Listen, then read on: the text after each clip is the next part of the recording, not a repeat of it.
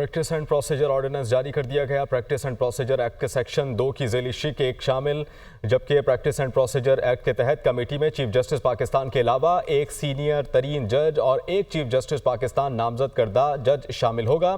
اہم خبر آپ کو دے رہے ہیں، پریکٹس اینڈ پروسیجر آرڈیننس جاری کر دیا گیا۔ پریکٹس اینڈ پروسیجر ایکٹ کے سیکشن 2 کی ذیلی شق 1 شامل، پریکٹس اینڈ پروسیجر ایکٹ کے تحت کمیٹی میں چیف جسٹس پاکستان کے علاوہ ایک سینئر ترین جج اور ایک چیف جسٹس پاکستان کا نامزد کردہ جج شامل ہوگا۔ اہم خبر آئی ہے، پریکٹس اینڈ پروسیجر آرڈیننس جاری کر دیا گیا۔ یاسر ملک اسلام آباد سے ہمیں جوائن کریں گے۔ یاسر، اپڈیٹ کیجئے گا اس متعلق۔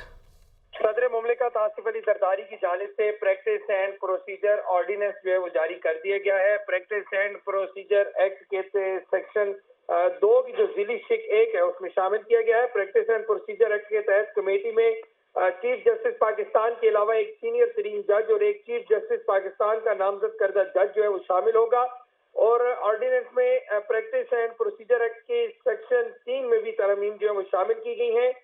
سیکشن 3 کی ذیلی شق 2 کے تحت آرٹیکل 184 کی شق 3 کے تحت معاملے پر سماعت سے قبل مفاد عامہ کی وجوہات دینا ہوگی۔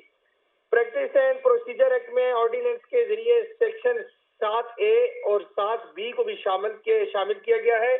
سیکشن جو ہے 7A کے تحت ایسے مقدمات جو پہلے دائر ہوں گے انہیں پہلے سنا جائے گا۔ اگر کوئی عدالتی بینچ اپنی ٹرن کے برخلاف کیس سنے گا تو اسے اس کی وجوہات جو ہے وہ دینا ہوں گی۔ سیکشن 7B کے تحت جو ہے ہر عدالتی کیس اپیل کی ریکارڈنگ ہوگی اور ٹرانسکرپٹ جو ہے وہ تیار کیا جائے گا، اور عدالتی کارروائی کا ٹرانسکرپٹ اور ریکارڈنگ جو ہے وہ عوام کے لیے بھی دستیاب ہوگی۔ صدر مملکت آصف علی زرداری کی جانب سے پریکٹس اینڈ پروسیجر آرڈیننس جو ہے وہ جاری کر دیا گیا ہے۔ جی بہت شکریہ یاسر اپڈیٹ کے لیے۔